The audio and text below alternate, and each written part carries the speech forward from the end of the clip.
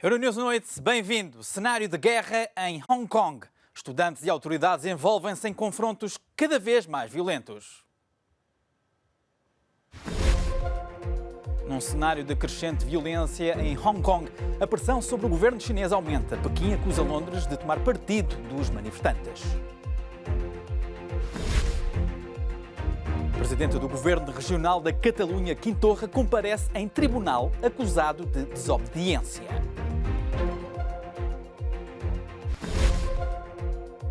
Bruno de Carvalho e 43 arguidos começaram a ser julgados pelo ataque à Academia de Alcochete do Sporting Clube de Portugal em maio do ano passado.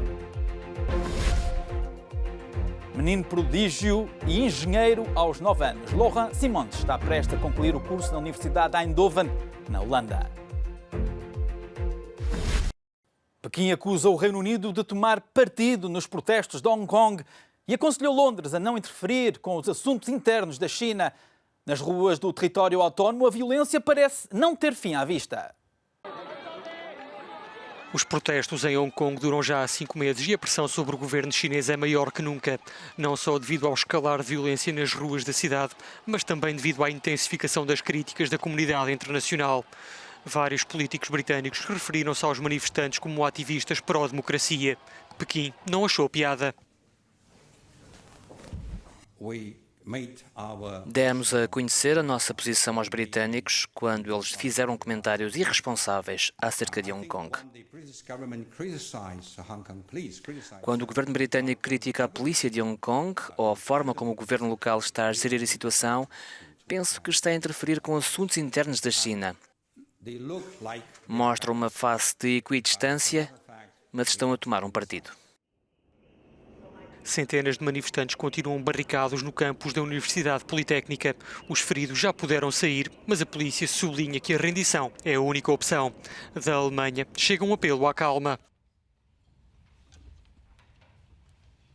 O governo alemão pede contenção e diálogo a todas as partes, aos manifestantes e à polícia. Esperamos que sejam tomadas medidas concretas para diminuir a intensidade do conflito e chegar a uma solução pacífica. Apesar dos apelos, a China ameaça usar munição real para colocar um ponto final aos confrontos no campus universitário, caso os manifestantes usem armas letais.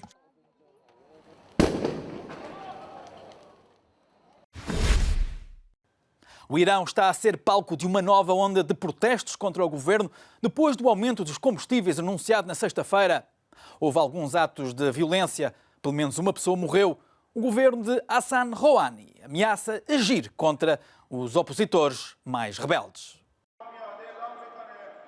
A Guarda Revolucionária do Irão ameaçou com uma ação decisiva se os protestos contra os aumentos do preço da gasolina não terminarem, noticiou a agência estatal IRNA. O governo iraniano insiste na necessidade de aumentar o preço dos combustíveis, numa decisão confirmada pelo correspondente da Euronews em Teherão. A única janela de esperança era o Parlamento vetar isto, mas de facto, no domingo, durante a reunião à porta fechada, eles também apoiaram a decisão. Em resultado, 3 ou 4 deputados demitiram-se devido à preocupação de o Parlamento ser deixado de fora da decisão.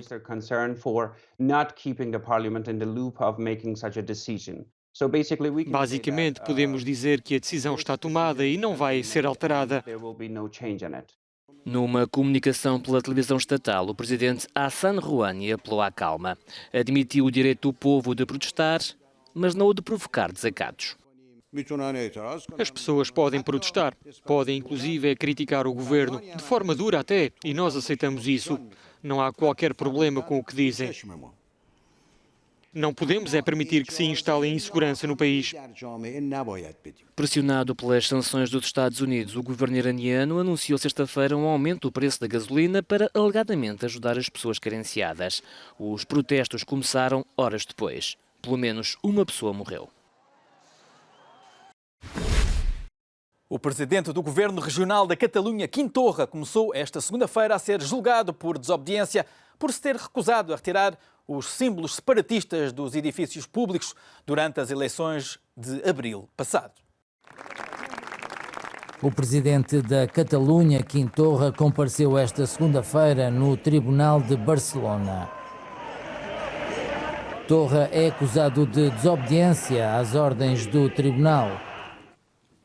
O líder catalão é acusado de não ter cumprido a ordem de retirar de todos os edifícios públicos os cartazes de apoio aos líderes independentistas catalães detidos ou em exílio. A acusação teve lugar na sequência de um pedido da autoridade eleitoral efetuado em março, antes do início da campanha para as eleições de abril. Apoiantes do presidente catalão desceram às ruas para demonstrarem apoio antes do início da audiência. O Ministério Público pretende obter uma pena de 20 meses de inelegibilidade para o presidente catalão.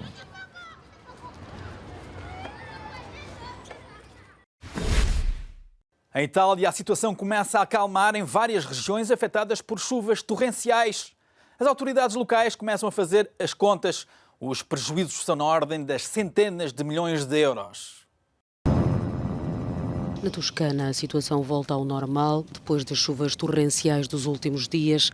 Enquanto se fazem as contas aos danos que ascendem a vários milhões de euros, foi decretado na região o estado de emergência. Ainda assim, apesar do Arno ter galgado as suas margens, as cidades de Florença e Pisa já não correm risco de serem inundadas. Mais a norte, na região de Emília-Romanha, as fortes chuvas fizeram transbordar vários rios. Nas províncias de Bolonha e Módena, os bombeiros não tiveram mãos a medir nos últimos dias devido às inundações. Nesta última região, a situação permanecia crítica. Uma ruptura no Canale Diversivo inundou culturas e ameaçava casas. De Veneza falou-se muito nos últimos dias. Os prejuízos causados pelas graves inundações só na cidade ascendem a centenas de milhões de euros, mas estes cálculos muito pouco precisos não incluem os danos dos 120 quilómetros da costa veneziana entre o delta do Po e a região de Friuli-Venezia Giulia, na fronteira com a Áustria.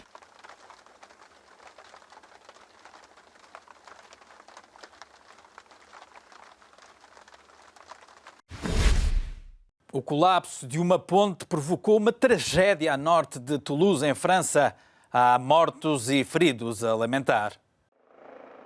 Uma vítima mortal e vários desaparecidos é o balanço do desabamento de uma ponte em Mirepoix-sur-Tarn, na região sudoeste francesa.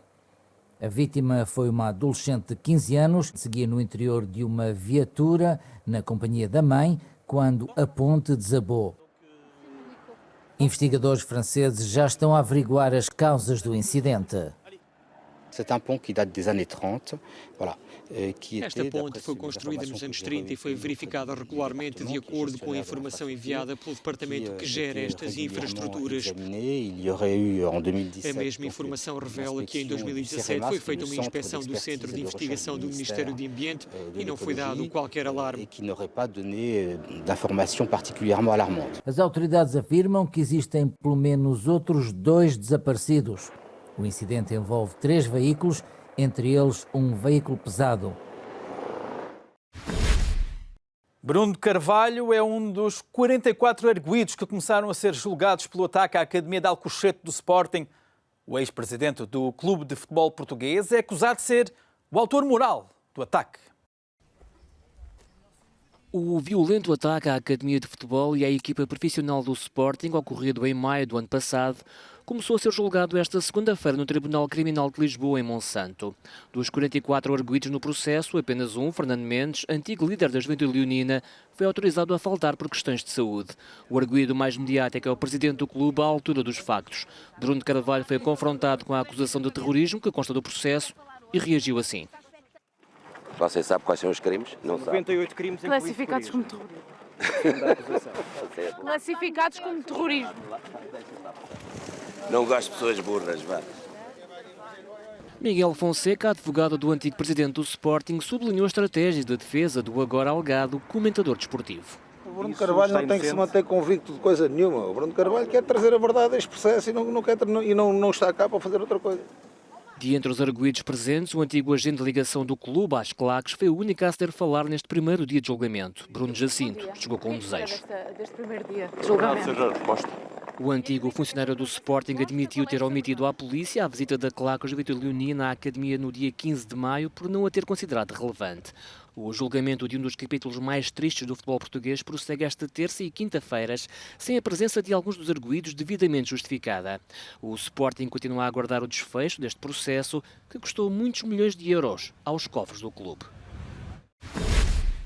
Nem todos veem com bons olhos a parceria estabelecida entre o Airbnb e o Comitê Olímpico Internacional, que vai garantir acomodação aos visitantes, famílias de atletas e dirigentes.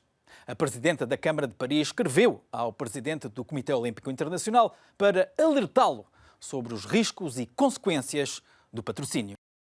A Airbnb tornou-se num dos patrocinadores principais dos Jogos Olímpicos. A empresa assinou um acordo com o Comitê Olímpico Internacional para 5 Jogos Olímpicos e Paralímpicos. O primeiro é o de Tóquio, já no próximo ano. A parceria estende-se até 2028. Os detalhes financeiros não foram divulgados. Através das redes sociais, o presidente do COI congratulou-se com a parceria agora firmada, que chama de inovadora, dizendo que ela vai ao encontro da estratégia definida, tem como objetivo tornar os jogos sustentáveis. A Airbnb também se mostra satisfeita com o acordo. Também nas redes sociais, um dos seus fundadores escreveu: a parceria vai garantir que os jogos serão mais inclusivos, acessíveis e sustentáveis e permitirá deixar um legado positivo e duradouro para atletas e anfitriões. A empresa de aluguer de casas de curta duração tinha apoiado os Jogos Olímpicos do Rio 2016, mas como patrocinador local, e também os de inverno de Pyongyang. No Rio, e de acordo com um estudo do World Economic Forum, as receitas diretas para os anfitriões relativamente aos alugueres através do portal da empresa ascenderam a 27 milhões de euros. Mas nem todos veem com bons olhos esta parceria. A presidente da Câmara de Paris escreveu ao presidente do COI para alertá-lo sobre os riscos e consequências deste patrocínio pela gigante Airbnb.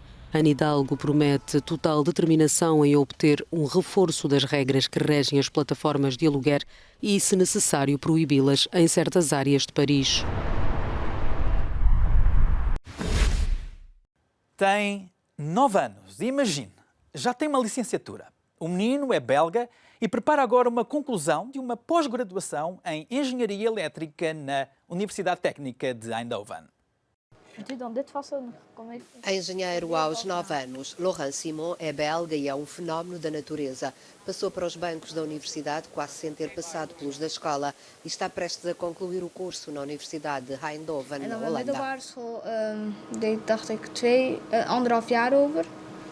Dus dat was ook normaal voor mij. En dan nu aan de universiteit nu gewoon elke week een vak. Want ik zie ook hier bijvoorbeeld deze. O pai considera que a escolha de o deixar evoluir ao seu ritmo foi a melhor. Denk ik ook kleiner moet. En dat hij daar tegen zijn zin zou zitten. Nu het is net de speeltuin hier, hè? Dus hij kan doen en laten. Laurent termina o bacharelato em dezembro e tem planos para o futuro. Dus eigenlijk mijn doel is levensverlenging, dus dat is eigenlijk delen van mens vervangen door eigenlijk techniek. Dus bijvoorbeeld kunstorganen en robotarmen, robotbenen, dat soort dingen. Nada parece impossível para quem aos 9 anos não joga a bola com meninos, mas com robôs.